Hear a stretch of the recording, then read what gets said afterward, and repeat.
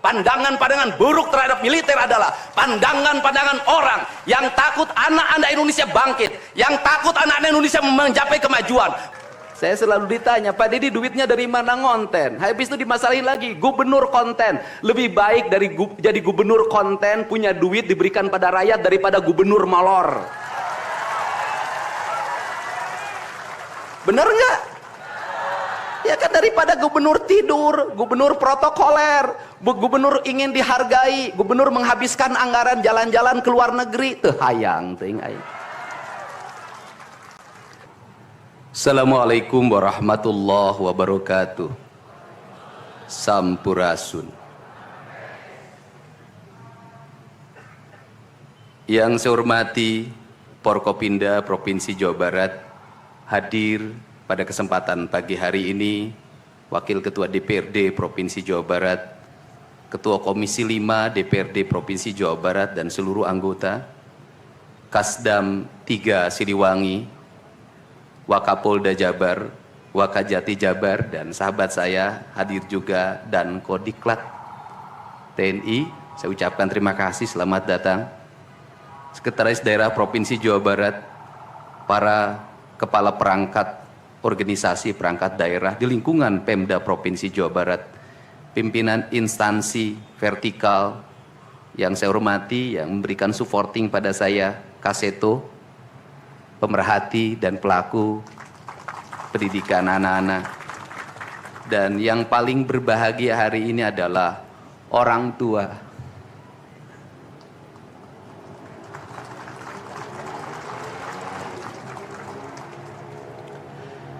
Dari 273 anak-anak Jawa Barat yang terjaring di seluruh provinsi Jawa Barat dengan berbagai latar belakang, dengan berbagai kondisi, dengan berbagai keadaan, hari ini sudah tumbuh menjadi anak-anak yang sehat, memiliki visi dan memiliki harapan.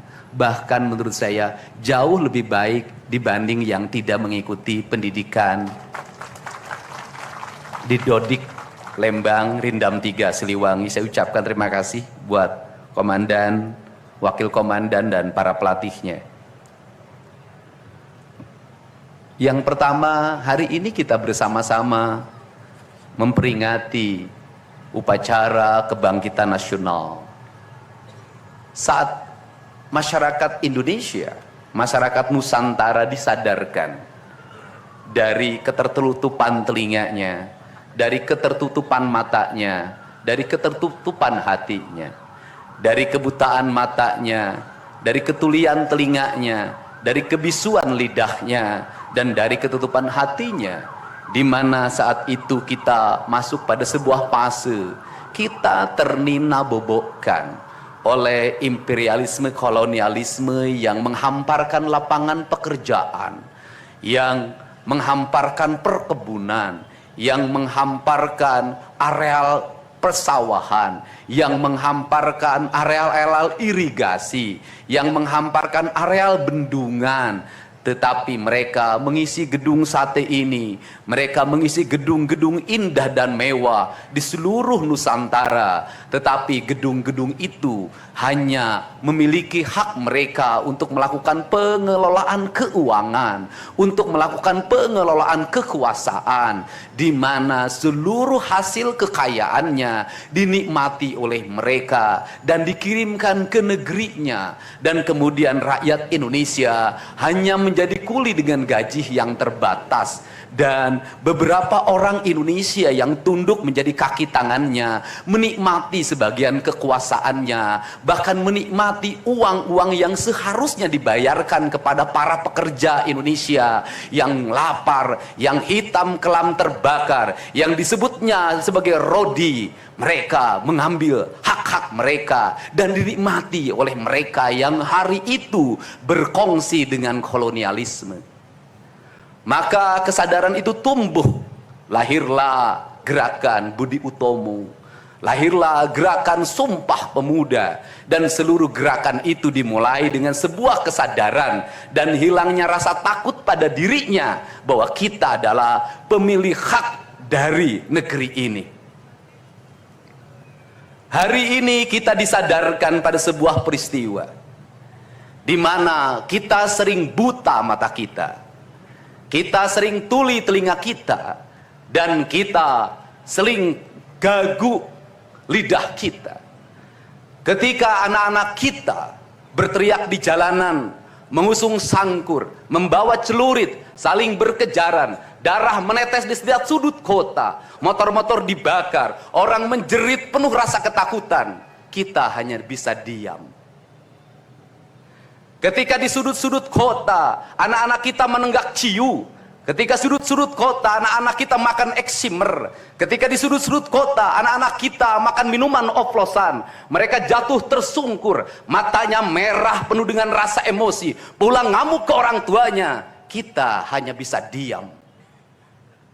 Ketika anak-anak kita menghabiskan waktu main game online sampai jam 4 pagi, tidak masuk sekolah, di rumah ngamuk, mengancam orang tuanya dengan pisau, menusuk kakeknya dengan sangkur, kita hanya bisa diam. Proses kita hanya dua, pidana dan penjarakan dalam penjara anak.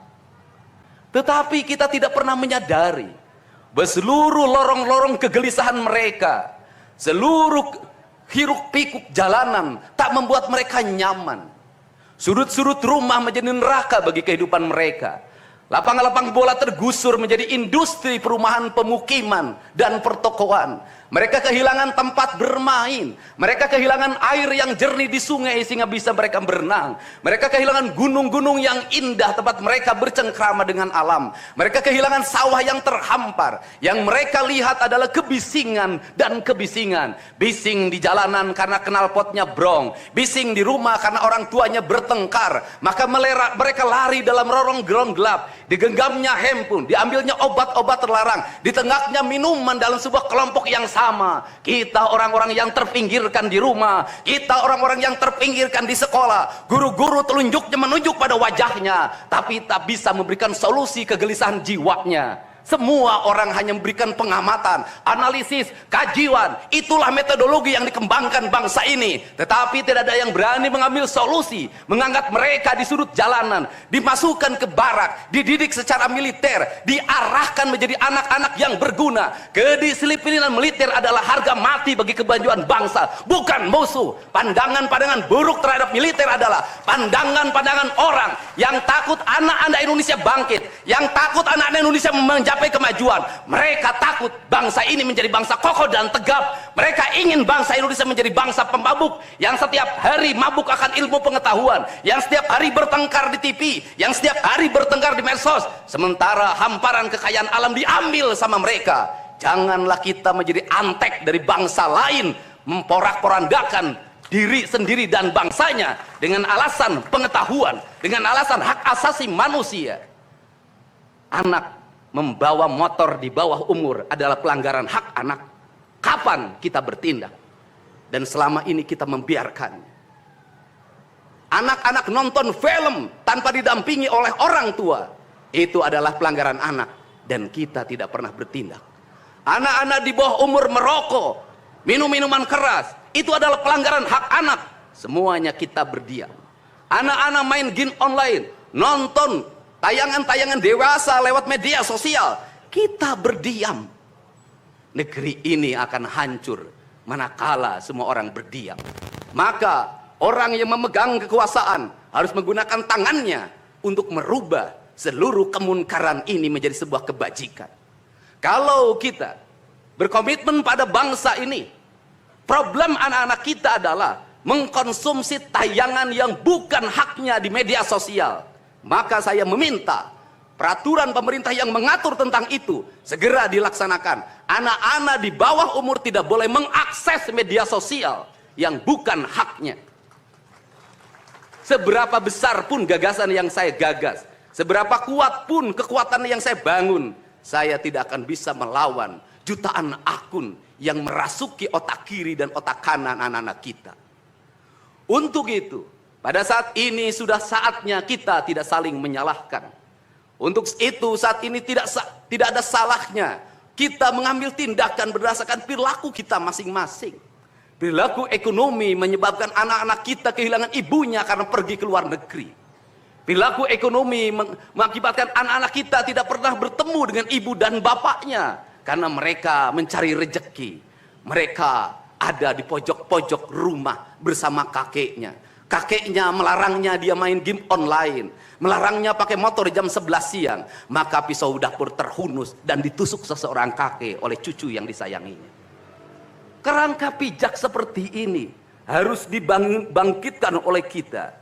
Semangat militer, bukan militerisasi. Kalau anak-anak dibangunkan jam 4 subuh, di mana letak salahnya dan di mana letak pelanggarannya?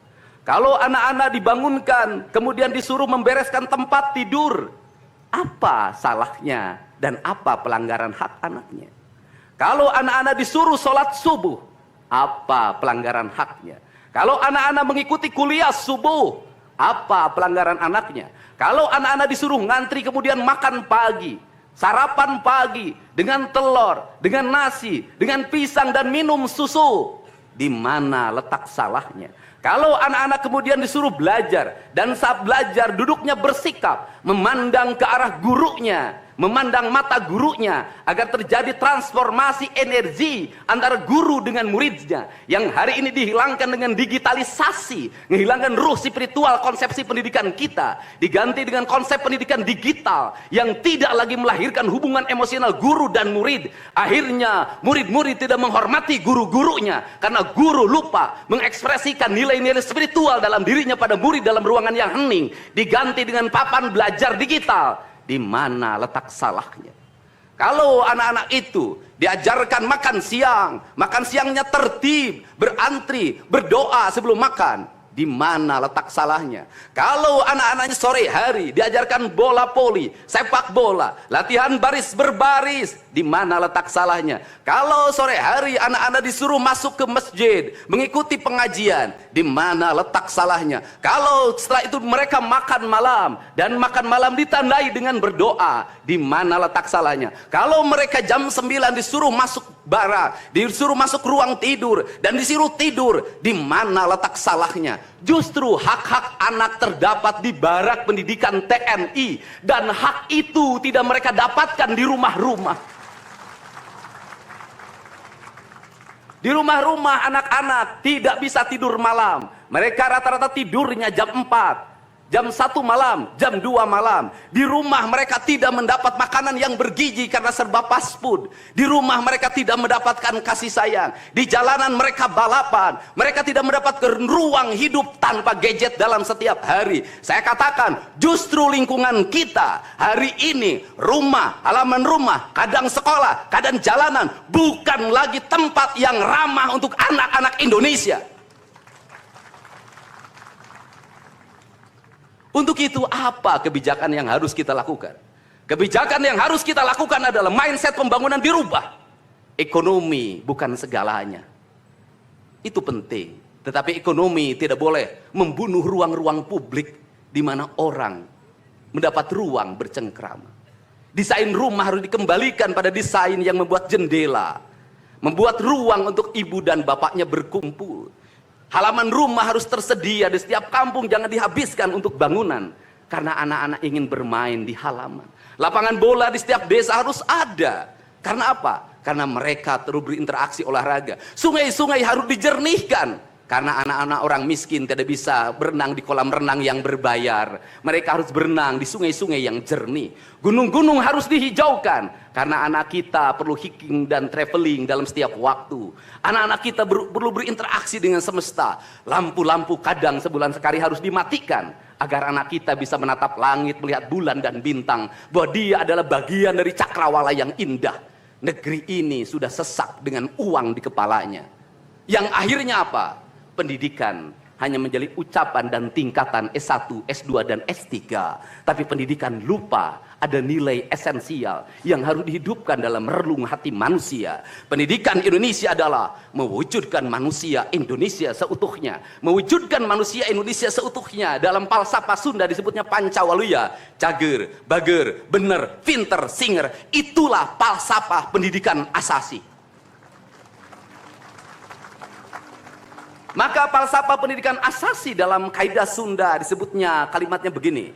Kawung mabur sarulukna sama kelengiten pandana. Ciamis tinggal paitna, Ciherang tinggal kiruhna. Resi lengiten ajina pandita ilang komara. Kaduruku hawa nafsuna. Bangkong di kongkorong kujang. Kacai mawacameti.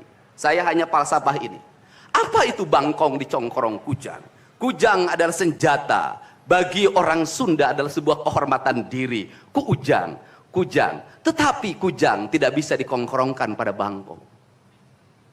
Kalau bangkong dikongkorongkan oleh kujang, bangkong itu anak-anak di bawah umur. Kalau dia dikongkorongkan oleh kujang, kujang itu tak bermakna dan bangkong itu mati, tak mampu membawa kujang. Kacai mawacameti, apa itu artinya? Orang pergi ke air untuk mensucikan diri, maka dia harus membebaskan diri dari berbagai apapun kepentingan. Dia ingin pasrah, dia ingin sumera, hirup ukur sasamperan, awak ukur sasampayan. Sariring dering dumadi sarengkak saparipola la haula wala quwata illa billah. Maka dia tidak boleh membawa hawa nafsu. Ketika kita ingin memasuki abad ritual dan spiritualitas, maka tidak boleh ada kebencian, tidak boleh membawa senjata apapun, tidak boleh, maka kita berserah. Apa yang terjadi hari ini? Orang-orang yang setiap hari bicara tentang kesucian, lidahnya menyakiti orang lain, menusuk orang lain, membawa api peperangan pada saat orang menuju kesucian. Bahkan bisa jadi menghinakan orang lain itu dianggap bagian dari kesucian. Tidak ada anak nakal. Tapi orang Sunda itu menyebutnya budak bangor. Budak bangor itu beda dengan nakal. Kenapa? Itu masa mereka menginjaki masa remaja menuju masa dewasa. Maka di hari kebangkitan nasional ini, pemerintah Provinsi Jawa Barat, sekolah yang hari ini berjalan, ada pendidikan karakter, ada bela negara. Saya akan meresmikan menjadi Sekolah Kebangsaan Jawa Barat Istimewa. Sekolah Kebangsaan Jawa Barat Istimewa nanti akan dipusatkan di Dodik, Lembang. Dan kalau ada lembaga pendidikan lainnya, kami juga akan menjadi kerjasama. Mereka yang bersekolah di situ bukan anak-anak yang tawuran, bukan anak-anak yang minum, bukan anak-anak korban dari ML, tetapi juga nanti anak-anak yang memiliki kemampuan akademik yang tinggi, anak-anak yang memiliki kemampuan pikiran yang tinggi. Dan seizin pimpinan DPRD Provinsi Jawa Barat, tahun ini kami akan memberikan beasiswa pada mahasiswa-mahasiswa yang kuliah di jurusan engineering, tetapi mereka harus mengikuti sekolah kebangsaan selama 1 bulan. Agar uang yang diberikan oleh Provinsi Jawa Barat melahirkan nasionalisme-nasionalisme baru yang bisa membawa bangsa ini ke arah kemajuan. Dan saya mengucapkan terima kasih pada kalian semua yang membuat diri saya hari ini setiap hari berpikir. Ingat, doa yang terpancar ada 2. Saya tidak menyebut doa. Rintihan hati, bisikan hati ada 2. Ada yang berharap ini berhasil, dan ada yang berharap ini gagal. Siapa yang berharap ini berhasil? Mereka adalah kaum-kaum nasionalis yang mencintai bangsa ini. Siapa yang berharap ini gagal? Para nyinyir dan para pembenci yang menjadikan politik sebagai tujuan hidupnya tanpa pernah bisa membedakan mana kepentingan politik dan mana kepentingan kebangsaan. Walaupun kebijakannya baik karena beda dengan politiknya, dia mengatakan buruk. Dan walaupun kebijakannya buruk karena sama dengan politiknya, dia katakan baik. Ini orang yang tidak punya spirit nasionalisme. Dia hidup mempertuhan politik dalam setiap waktu. Saya katakan, dia hidup mempertuhan politik dalam setiap waktu. Meskipun lidahnya berkata bertuhan pada Allah, tetapi hatinya dalam setiap hari hasud dan menjadikan politik sebagai tujuan hidup. Dan barangkali bisa dilihat dari seluruh rakyat Jawa Barat, karena ini tertransformasi lewat media televisi dan media digital. Yang menjadi petugas upacara hari ini bukan pasukan paskibraka yang biasa kita pakai, tapi mereka adalah peserta didik sekolah kebangsaan Dodik, Lembang, Rindam 3, Siliwangi. Waktunya tidak lama, hanya 18 hari, tapi bisa dibentuk. Pertanyaannya adalah, di sekolah mereka bisa dibentuk seperti ini? Kalau di sekolah tidak dibentuk hari ini, maka pertanyaannya adalah, berarti sistem pendidikan nasional harus dievaluasi.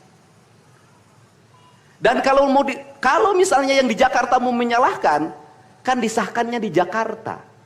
Kan anggaran yang triliunan disahkan di Jakarta. Kenapa anggaran yang triliunan ini tidak terevaluasi dalam setiap tahun? Saya katakan, sistem pendidikan yang di dalamnya angka-angka yang hanya orientasinya materi dan kepuasan dalam outcome dalam sistem pengelolaan keuangan tidak akan melahirkan apapun kecuali tumpukan kertas, software, dan hardware. Tetapi pendidikan yang lahir dari jiwa dan lahir dari cinta tanpa biaya yang besar, dia akan melahirkan anak-anak penuh dengan semangat kebangsaan dan punya spirit Pancawaluya. Itulah pentingnya hati, itulah pentingnya rasa. Untuk itu hari ini ada antrian, ribuan orang yang ngantri ingin memasuki pendidikan di pendidikan sekolah kebangsaan. Dan kalian semua hari ini bisa bertemu dengan orang tuanya, bisa mendapat sertifikat dari kami, dan bisa pulang dulu. Nanti dalam 2 minggu sekali kami siapkan mobil di setiap kabupatennya untuk pergi ke Dodik lagi, mengikuti pematangan, bukan di Dodik nanti, di Badan Diklat ESDM Pemda Provinsi Jawa Barat, kalau nanti di Dodik diisi oleh siswa yang baru. Dan kami akan memantau perkembangan kalian dalam waktu 1 tahun, bukan 6 bulan.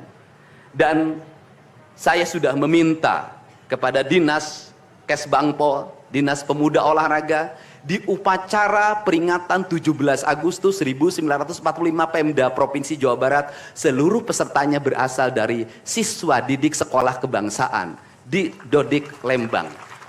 Kalian semua jadi petugas upacara Agustusan nanti. Jadi tidak usah repot lagi, ternyata bisa. Dan hari ini bisa kalian bahagia. Saya ngasih bonus untuk petugas upacara dari Dodik ini 25 juta untuk dibawa pulang ke rumahnya masing-masing. Dapat uang saku, makannya enak, tidurnya nyenyak, berubah mental, bajunya bagus, pulang dapat bonus, gratis lagi. Dan tentunya buat petugas yang lain juga kita siapkan 25 juta. Nanti ditanya lagi, itu duit dari mana? Ladang ngonten. Saya selalu ditanya, Pak Didi duitnya dari mana ngonten? Habis itu dimasalahin lagi, gubernur konten. Lebih baik dari jadi gubernur konten, punya duit diberikan pada rakyat daripada gubernur molor. Bener nggak? Ya kan, daripada gubernur tidur, gubernur protokoler, gubernur ingin dihargai, gubernur menghabiskan anggaran jalan-jalan ke luar negeri, teu hayang teuing aing. Kang Dedi masuk gorong-gorong, ya sebentar lagi akan saya naik ke pesawat. Jadi Indonesia ini perlu mental yang kuat kalau ingin melakukan perbaikan. Kenapa? Harus kuat menghadapi kaum nyinyir. Dan biarkan yang nyinyir suruh sakit hati selamanya. Karena Jawa Barat akan terus mengalami peningkatan pembangunannya. Ini baru 3 bulan. 100 hari itu tanggal 30 Mei, 100 hari kepemimpinan saya. Belum 100 hari, sudah banyak orang yang kepanasan. Apalagi 5 tahun. Dan saya ucapkan terima kasih. Ini upacara yang spesial. Kita dihadiri oleh Korps Pasukan Khusus. Tepuk tangan semuanya. Ada Kopassus, ada Kostrad, ada Marinir, ada istilahnya apa sekarang, Kopasgat. Kemudian ada infanteri, ada cavalry. Kemudian ada pasukan angkatan laut, kemudian juga ada Brimob. Tepuk tangan semuanya, keren. Dan kalian semua, para peserta, ini yang keren-keren ini anak-anak kita ini. Anak-anak kita yang keren-keren ini, kamu tengok ke kanan, tengok kiri sambil minta sama Allah, besok kamu yang berseragam seperti mereka. Tepuk tangan kalian semuanya, semangat! Semangat! Semangat! Oke, yang terakhir ini buat biro umum, ini harus dirubah, Pak. Pertama, Ini tiang bendera menghalangi gedung sate. Benderanya nanti harus digeser ke sebelah sana. Dan nanti kalau upacara tidak menghadap ke sana, tapi dari sini menghadap ke sana. Agar panorama itunya tetap terlihat. Dan kalau di sana maka kebisingan kendaraan tidak akan terlalu mendominasi. Ini Feng Shui cara menata bangunan. Jadi saya dari tadi mandang gedung sate nggak bisa karena terpotong oleh tiang bendera. Dan nanti bagian protokoler itu masang podium nggak lurus ke tiangnya, agak mencong-mencong dikit. Maklum Pemda masih belum pakai rasa, masih pakai DPA. Yang penting di DPA-nya juga tidak melanggar. Nah ini saya ini orang estetik dan di Pemda ini tidak pernah ada rapat untuk merumuskan ini. Cukup WA. Pak Sekda, Kesbangpol, Dinas Pendidikan, besok kita lakukan ini, anak-anak bajunya ini, dan saya terima kasih buat PLT Dinas Pendidikan yang stresnya banyak, suaranya sampai hilang, saking takut. Luar biasa. Berdiri dong Kepala Dinas Pendidikan PLT. Di depan kamu pindah. Suaranya hilang. Pernah saya marahin malam-malam, kamu belum tahu cara kerja saya. Karena sekarang sudah tahu ternyata Sang Kuryang tuh hidup di sini. Ya, Pak. Silakan duduk depan, Pak. Di depan, Pak, duduk. Saya ucapkan terima kasih juga kepada Pak Sekda yang selalu ingin menjalankan tugas saya dengan baik. Kalau belum meluntur-luntur dikit wajar, karena dia memang penakut sama istrinya jadi kurang lentur. Kalau saya kan sudah sangat lentur hidupnya. Saya ucapkan terima kasih juga pada Kesbangpol, ini yang supporting sangat baik. Ini mantan, pindah Pak ke depan, Pak. Ini jajaran protokoler, dan saya ucapkan terima kasih pada Pangdam 3 Siliwangi yang support full. Terima kasih. Kemudian Pangkostrat yang di Purwakarta juga melaksanakan dan berbagai divisi. Kemudian Komandan Dodik Rindam. Terima kasih. Saya ucapkan terima kasih, badannya terima kasih. Saya ngasih bonus buat pelatihnya 50 juta. Saya ini urusan rasa, Bu. Orang tuanya itu jangan hanya bertepuk tangan. Mohon maaf. Ada terpanggil dalam jiwanya. Anak-anak saya kok bisa hebat begini ya? Dari rumah itu bawa bakakan. Mohon maaf. Ini cermin manusia-manusia Sunda yang punya welas asih. Yang punya timbal balik. Anak saya dididik. Bukan saya minta bakakak, bukan. Bukan saya minta opak, tumpeng, bukan. Penuh dengan welas asih, dengan cinta. Mudah-mudahan bakakak yang dibuat menjadi jalan bagi si Ujang menjadi orang hebat. Kenapa orang tua dulu melahirkan anak-anak hebat? Karena cinta rasa, bukan gratifikasi. Dia kenaikan kelas tidak bawa uang, dia bawa tumpeng buat gurunya. Dia bawa bakakak buat gurunya, karena gurunya telah mendidik anak-anaknya dengan baik. Itu cinta, itu rasa, bukan gratifikasi. Kami berbuat baik pada orang tuanya, tapi orang tuanya juga harus punya rasa dan punya cinta demi anak-anaknya. Saya pengalaman ibu saya dulu selalu berpuasa ketika saya punya hajat, punya lagi ujian, lagi kenaikan kelas, menghadapi kesulitan, ibu saya dan bapak saya pasti berpuasa buat saya.